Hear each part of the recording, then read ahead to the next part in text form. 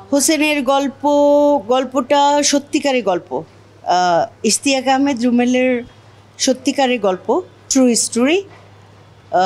গল্পটি শুনেই আমার মন মানে প্রায় ৩-৪ দিন খারাপ ছিল।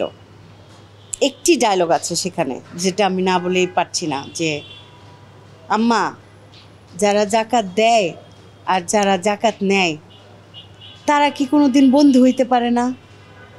এইটা যে কলিজায় মোচড় দিল, কারণ আমরা যে জাকাত দেই কীভাবে, যে আমরা ফকিরকে ভাবি যে ফকিরকে মিসকিনকে জাকাত দিলাম, আসলে না, কাছের মানুষকে, যারা বিপদগ্রস্ত আছে, যাদের সামর্থ্য নেই, আত্মীয় স্বজন, বন্ধুবান্ধব যাদের সামর্থ্য নেই, তাদেরকে জাকাত দিব এবং বুকে জড়িয়ে ধরে জাকাত দিব। সে যেন ছোট না হয়, সে আমার বন্ধু, সে আমার বোন, সে হতে পারে আমার চাচা, সে হতে পারে আমার চাচি, হতে পারে আমার ফুপু, হতে পারে আমার ফুপাতো ভাই বোন, চাচাতো ভাই বোন, তারা বিপদগ্রস্ত অবস্থায় আছে। জাকাত আগে তাদেরকে দিতে হবে, পরে আপনি ফকির মিসকিনকে দেন। কিন্তু এই যে একটা ট্র্যাডিশন হয়ে দাঁড়িয়েছে, আল্লাহ জাকাত খাবো না, আল্লাহ তাআলার প্রদত্ত জাকাত নিকটবর্তী যারা বিপদে আছেন তাদেরকে আগে দিন। তো এই যে সংলাপটা আমার থেকে থেকে মনে পড়ে যে আম্মা, যারা জাকাত দেয় আর যারা জাকাত নেয় তারা কি কোনো দিন বন্ধু হইতে পারে না? মানে আমরা কেন জাকাত দিয়ে ভাবি যে সে ফকির মিসকিন? না, এটা একদম ঠিক না, একদমই ঠিক। আপনাদের সবার পছন্দ, বাংলাদেশের ম্যাক্সিমাম মানুষের পছন্দের হিরো কিন্তু আমাদের নিশো। নিশো খুব গুণী অভিনেতা, তিনি দাগিতে করেছেনও চমৎকার, দিন রাত পরিশ্রম করেছেন, ভীষণ ভীষণ পরিশ্রম করেছেন আমার দেখ। আর দাগি সিনেমার যিনি নির্মাণ করেছেন শিহাব শাহীন ভাই, তার কথা তো আর বলার অপেক্ষা রাখে না। আমার নিজের তো, আমি তো মাঝে মাঝে অবাক হয়ে যাই যে এত গুণী একজন মানুষ কীভাবে হয়। কোনো কিছুই খুঁটিনাটি ওনার চোখ এড়িয়ে যেতে পারে না। যে বিশেষ করে অ্যাক্টিংয়ের কারেকশন যেভাবে শিহাব শাহীন দেন, ঠিক একই রকমভাবে উনি চলচ্চিত্রের নির্মাণের ক্ষেত্রেও ওইরকমভাবে কারেকশন দিয়ে দিয়ে একদম কোনো ছাড় দেননি। চলচ্চিত্রটি এইভাবে নির্মাণ হয়েছে তাকে। আর এই তো আমাদের প্রত্যেক অভিনেতা অভিনেত্রী আছেন, প্রত্যেকে মারাত্মক ভালো অভিনয় করেছেন। তমা মির্জা খুব সুন্দর অভিনয় করেছেন। আর শহীদুজ্জামান সেলিম বরাবরই উনি একদম বাঘা অভিনেতা, উনি মারাত্মক ভালো অভিনয় করেছেন এখানে। ওনার চরিত্রটাও ভীষণ চ্যালেঞ্জিং, খুব ভালো করেছেন। রাশেদ মামুন অপু মারাত্মক ভালো করেছেন, খুব ভালো করেছেন, চমৎকার করেছেন। আর সুনেহরা বিনতে কামাল মিষ্টি মেয়ে, খুব সুন্দর অভিনয় করেছেন। আর আমাদের গাজী রাকেত স্যার আছেন, উনিও ভালো করেছেন। মিলি বাসার ভাবি, প্রত্যেকে ভালো অভিনয় করেছেন। আমাদের শিহাব শাহীন ভাই সবাইকে খুব সুন্দরভাবে কাজে লাগিয়েছেন এবং আমরা আশা করি যে দর্শকদের ভালো লাগবে। আমি অনুরোধ করব যে একটাবার আসুন, গিয়ে দেখুন দাগি, দেখুন, তারপর আপনারা আলোচনা করেন। আগে তো আসুন, হলে আসুন, দাগি দেখুন।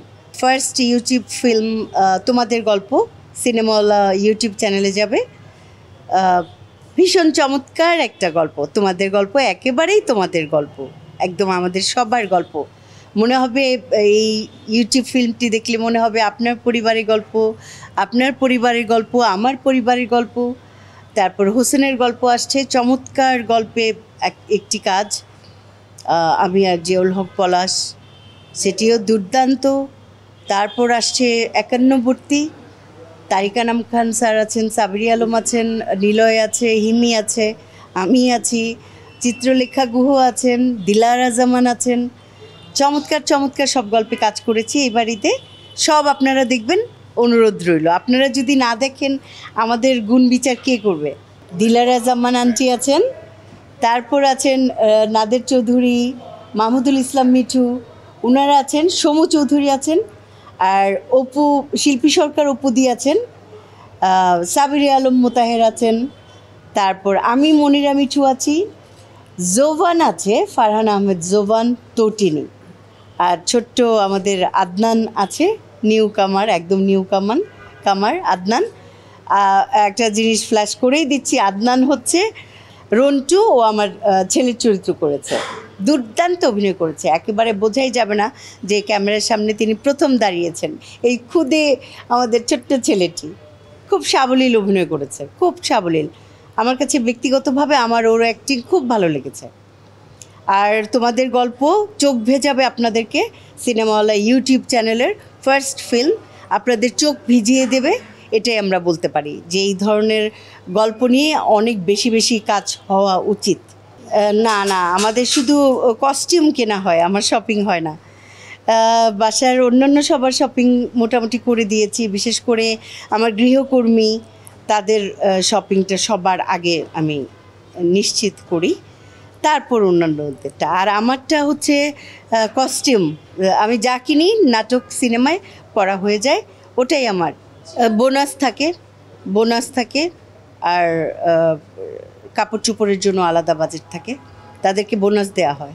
ওইটা অতটা না, আমি তো তেমন কোটিপতি কেউ নই, খুবই সামান্য, খুবই সামান্য।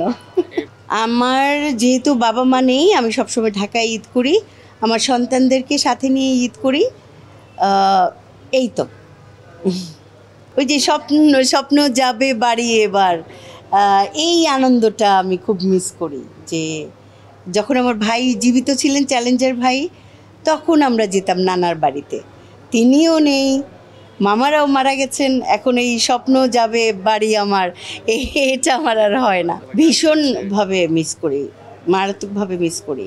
আমার পাকিস্তানি কখনোই পরা হয়নি, ইন্ডিয়ান ড্রেস পরেছি, বাংলাদেশি ড্রেসও পরেছি, বাংলাদেশেরটাই বেশি পরা হয়। এই যে কিছু ব্র্যান্ড আছে, নাম না বলি তাতে প্রমোশন হয়ে যাবে, ওখান থেকে এই কিনে নেই। আর এই যে দেশীয় শাড়ি সবসময় পরি, মানে একেবারে নরম পাতলা সুতির শাড়ি আমার সবচেয়ে পছন্দ। এটাও আমার একটা ঈদের শাড়ি, এটা একটা পেজ থেকে আফিফি সীতা, সে নিজে হাতে এঁকে দিয়েছে এই শাড়িটা, আমাকে ঈদে গিফট করেছে, সেটা পরেই এলাম। ওই তাঁতের শাড়ি পছন্দ, নরম পাতলা সুতির শাড়ি পছন্দ। সালামির জন্য বসে থেকেছি, এটা কখনো হয়নি। আমার মামা খালারা এমনিতেই সালামি দিয়ে দিতেন, আর এখন বড়বেলায় ওনারা বিদেশে থাকেন, অনেকে বিদেশ থেকে পাঠান। আর ছোট যারা সালামি তো অবশ্যই দেই। সবচেয়ে বড় দায়িত্ব কর্তব্য হচ্ছে যে বোনাস দেওয়া, সেই বোনাস দেই, বোনাস দিতে দিতেই সব শেষ।